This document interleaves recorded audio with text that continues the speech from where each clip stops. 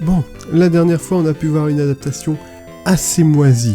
Donc, est-ce qu'on peut réussir cette fois-ci à trouver une plus fidèle, plus potable, qui présente mieux l'original, qui lui fait plus honneur? On va voir, on va essayer en tout cas.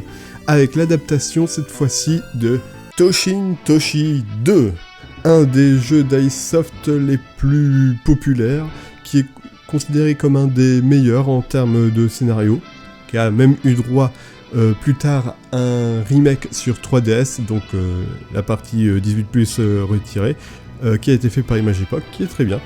Mais là, ce qui nous intéresse, c'est les 3 OAV hentai qui ont été adaptés par Pink Pineapple. Donc Pink Pineapple qui sont plutôt connus en général, ils ont fait quand même beaucoup de hentai. Qualité est variable, il y en a eu des biens, il y en a eu des moins bien. Hein, on parle de l'adaptation de Love Marie, hein, c'était de la merde. Ils ont entre autres fait, il me semble, toutes les adaptations pour Alisoft. C'est en général eux qui se chargent de faire les adaptations de leurs jeux en OAV hentai. Et plus récemment, ils ont fait entre autres Kisaku Reiwa, qui est assez connu. Donc cette fois-ci, c'est Toshin Toshi 2, donc l'animateur en chef est Takehiro Nakayama, qui est, mine de rien, qui a fait pas mal de trucs, et pas que sur du hentai, il a vraiment bossé sur beaucoup de projets d'animation, hein, très souvent il faisait du storyboard ou des animations clés pour certains épisodes, c'est très rare qu'il bosse sur tous les épisodes d'une série. Là, bon, pour le coup, c'est lui qui apparemment s'est chargé de tout. Donc, certaines animations qu'il a fait, c'est entre autres sur le film Fatal Fury, les deux. Il a un peu bossé aussi sur El Hazard, Asura Krain, et plein d'autres. Il a fait aussi un peu bossé sur Bleach, il a fait un épisode, il me semble. Donc, il a vraiment bossé sur pas mal d'animés, donc assez connus. Et donc, tout de suite, première impression, le chara design est plutôt bien adapté, je trouve. Ça a été bien adapté, on reconnaît les personnages, ils ont été un peu plus lissés, ils sont plus lisses, ils brillent, leur peau brille et scintille. Ils sont plutôt bien adaptés, ils sont plutôt cool, vraiment beau, t'as vraiment le style qui ressort, vraiment un style, on sent que c'est une adaptation, que ça a été approprié et retranscrit à sa manière, tout en restant fidèle et le faisant qu'on les reconnaisse. Donc, en vrai, le dessin chara design, c'est vraiment un très bon point déjà. Ensuite, bien sûr, les doublages, tous les doubleurs sont très bons, il n'y a aucune voix qui ne correspond pas, étant donné que Toshin Toshi n'avait pas de doublage. Je pense que c'est un des gros attraits de cette série d'OAV, c'est qu'ils ont enfin un doublage. Donc c'est la première fois que les personnages de Toshin Toshi 2 seront doublés, pas la dernière, hein, vu que le jeu 3DS sera aussi doublé. Et ouais, ça fait plutôt bien le taf, c'est plutôt intéressant, c'est sympa, ça rajoute de la vie et de la personnalité toujours, d'une façon, entendre leur intonation et comment ils prononcent les choses. Les musiques sont des remixes et réarrangements, il me semble, du jeu vidéo. Donc c'est plutôt cool en soi, donc ça colle bien, vu que ça a été écrit pour cette histoire justement à la base, et c'est plutôt sympa. Bon, ça c'est pour l'aspect technique, donc qui est plutôt bien, mine de rien. Bon, beaucoup d'animations sont quand même réutilisées, hein. Vous verrez souvent l'animation de Sid, notre protagoniste, qui court et qui fait une attaque à l'épée par-dessus la tête. Celle-ci, il la réutilise tout le temps, c'est basiquement son signature move. Il a aussi son animation de quand il marche prêt au combat, très souvent réutilisée, au point que c'est un peu ridicule des fois parce qu'on le voit venir. Mais bon, sinon, ça va globalement. Le problème, par contre, c'est le pacing, comment les événements se déroulent, le déroulé des événements, et le rythme. Parce que, mine de rien, Toshin Toshi 2, c'est un RPG très long, avec beaucoup de choses à faire, beaucoup d'événements qui s'entrecroisent et beaucoup de personnages. Tu ne peux pas faire tenir ça en 3 épisodes de 30 minutes chacun. Et ils ont choisi d'adapter toute la partie du tournoi aux 2 premiers épisodes, et tout l'arc final dans le dernier, ce qui fait que c'est hyper tronqué. En vrai, les OAV, ils font plus penser à un résumé dans l'épisode précédent qu'un épisode d'une série en elle-même bien développée. T'as des scènes qui deviennent un peu ridicules même, et que tu te dis, bon, c'était peut-être pas nécessaire de la mettre, genre la scène de la veuve, qui s'est fait voler le katana de son mari, dans le jeu, qui est une scène assez importante, et qui teste la moralité de Sid, et du joueur, surtout du joueur, pour le coup. Là où la scène c'est en fait plusieurs voyages qui sont faits de suite, là il te montre suite à suite les différents événements, t'as l'impression que c'est que Sid part un perso dans l'oblivion et que des choses bizarres se passent soudainement de nulle part. Ça fait limite rire. Et comme dit, cette scène c'était pas spécialement la scène la plus importante en soi au sein de l'histoire principale, ça apporte pas grand chose, donc bon, voilà. Il y a aussi le caméo de la Level Goddess, qui fait level up Sid, qui fait vraiment genre ils l'ont mis juste pour vous dire ouais on l'a pas oublié, parce que la notion de niveau n'est absolument pas utilisée dans l'OAV.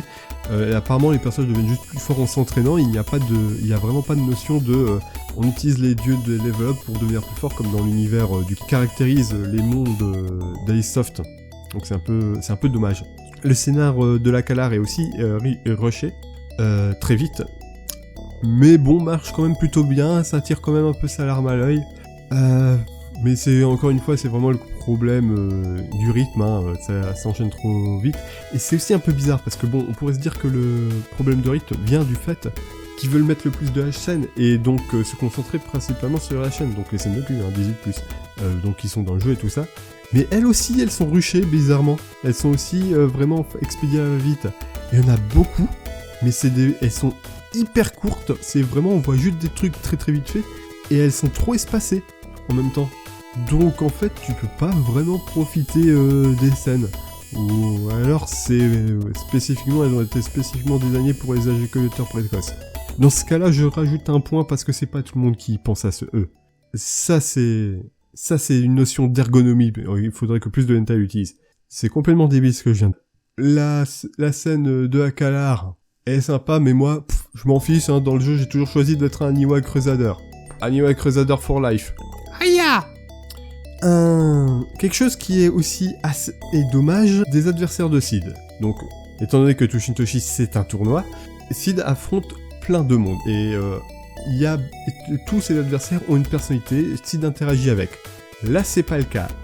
Globalement, il interagit avec 2 ennemis de ses adversaires. Son premier adversaire devient un no-name. On le voit juste lors du tournoi et on voit pas le combat. On sait juste que Sid a gagné. Voilà. Mais il a un moule bite de toute beauté. Donc, normalement, dans le jeu, il s'appelle Keijin Carter. C'est un catcheur. Donc déjà il est un peu cool, un peu classe, et il a vraiment un sous-scénario avec sa fan et tout ça, qui est donc sa partenaire pour le tournoi.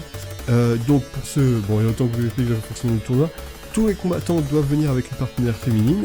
S'ils se font péter la gueule, la personne qui les a vaincus peut faire ce qu'ils veulent avec leur partenaire féminine, à part blesser, tuer et tout ce genre de trucs. En général ça veut juste dire qu'ils peuvent coucher avec. Ce serait quand même intéressant s'ils mettaient ça en place pour les Jeux Olympiques. Non, attends, ça serait complètement immoral. Enfin bref.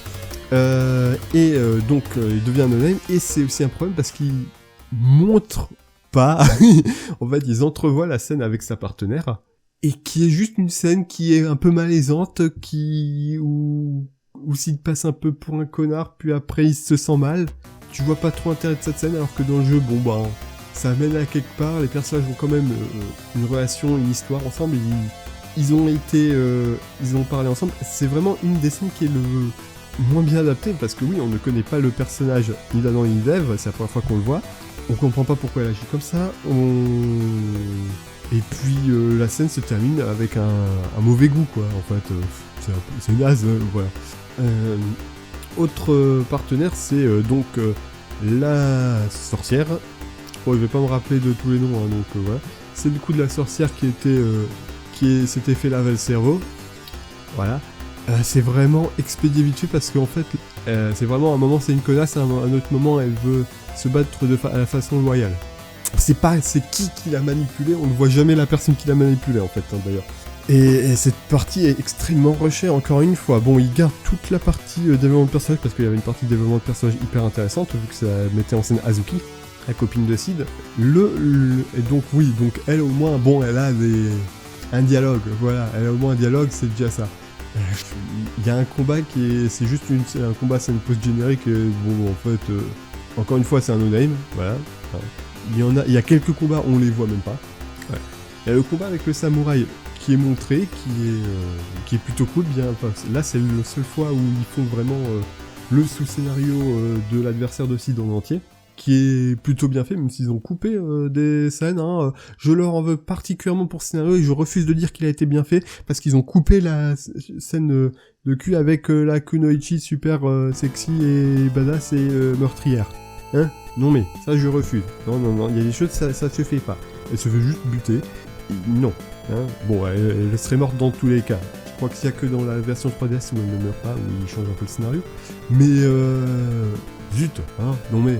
Ça, c'est manqué, quoi. C'est vraiment un acte manqué de voilà. Globalement, c'est un peu timide hein, sur la chaîne. La majorité de la scène, c'est les personnages qui se font... c'est les meufs qui se font... de manière non consensuellement refaire le popotin par des personnages autres que Sid. Sid a vraiment peu de scènes pour lui, mine de rien. Pas trop. Il y a Selena, donc il y a la toute première scène hein, qui arrive dans le jeu.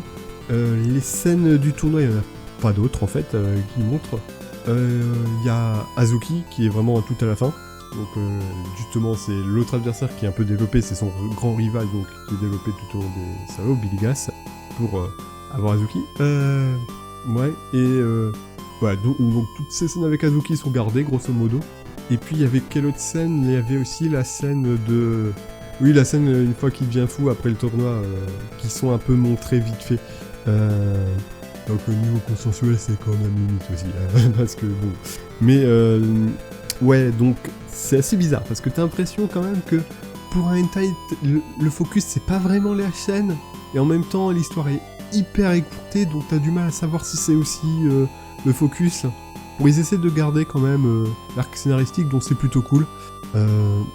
Donc ouais, il y a quand même beaucoup de moments où tu te dis, attends, c'est qui ? C'est quoi ? Pourquoi il est là ? Attends, c'est quoi ? Ça fait aucun sens. Donc ça sort de nulle part. Voilà, bon.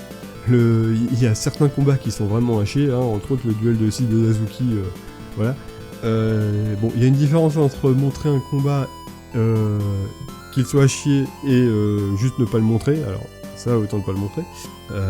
Enfin bref, il y en a quand même quelques-uns qui sont pas mal. Le combat Sid Billy Gas est plutôt cool, le combat contre le samouraï aussi est plutôt cool. Le combat final est bizarre, parce qu'on part vraiment dans un mode laser show où tout le monde se tire des lasers et des kamehameha dans la gueule. T'es à mi-chemin entre Dragon Ball, Star Wars et le dessin animé Legend of Zelda. Donc c'est vraiment un sentiment très étrange en fait. Tu te dis ouais c'est laser, c'est moins pour faire badass que c'est pour faire cheap en fait. Voilà. Il y a les build-up, donc grosso modo, voilà, la montée de tension est bien faite, mais ils ont du mal à capitaliser dessus après, et ça retombe souvent à plat.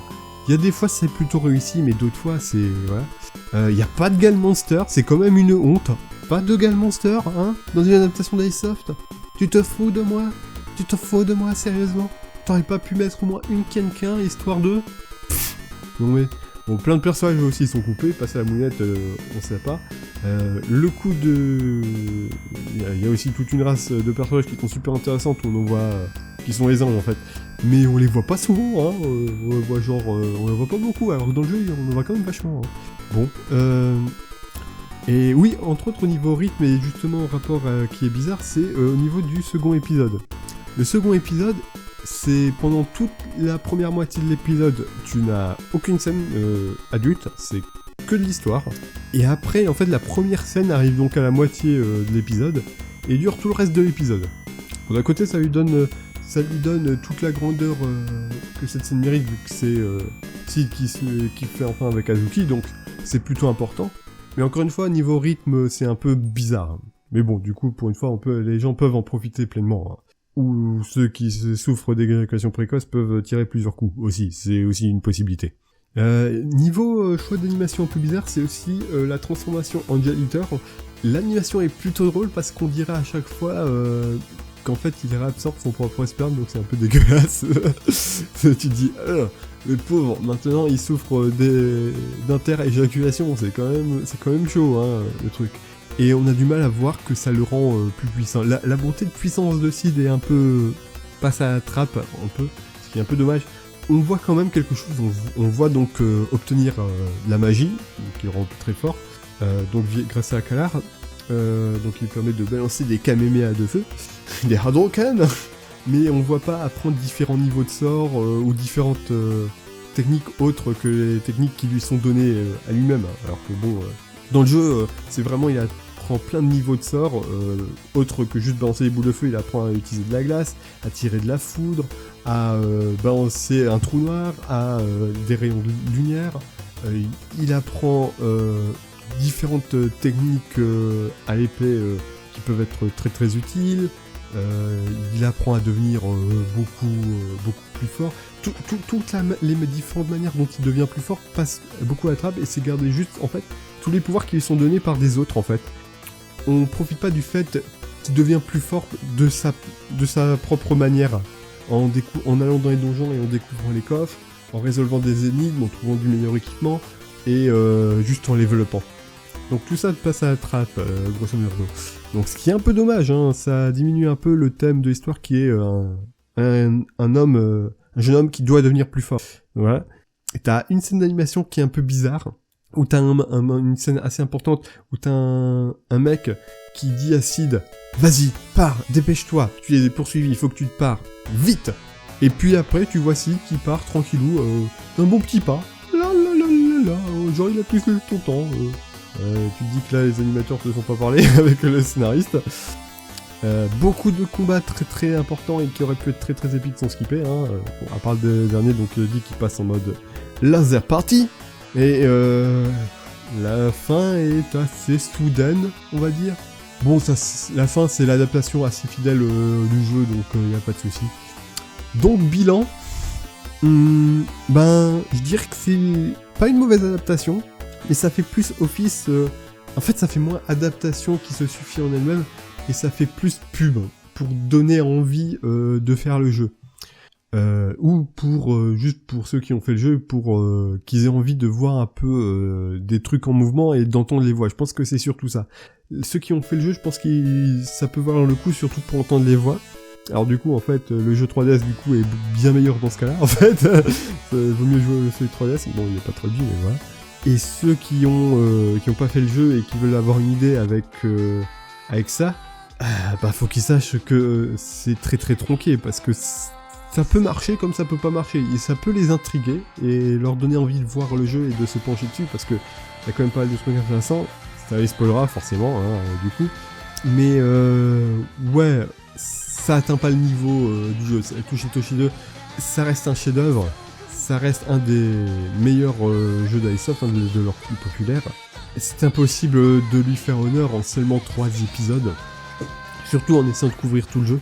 Alors s'il s'arrêtait vraiment à l'arc tournoi, il y avait moyen de faire un truc avec 3 épisodes peut-être. Ou même si tu le finis pas, hein, voilà. Mais ouais, je pense vraiment ça sert plus matériel marketing pour donner envie. Mais le problème c'est que ça spoil tout. Donc ultimement, voilà, c'est moyen, c'est moyen. C'est beaucoup plus réussi que Djibril et c'est beaucoup plus respectueux. En tout cas, et c'est très très beau à regarder. Donc il y a du bon et du mauvais en tout. Ça reste une série assez sympa et je recommande à ceux qui ont fait le jeu de jeter un coup d'œil peut-être dessus vite fait. Ça pourrait être rigolo. Allez, c'était Kamen Rider, je rends l'antenne. Et on se retrouve pour une autre adaptation. Ouais. Tout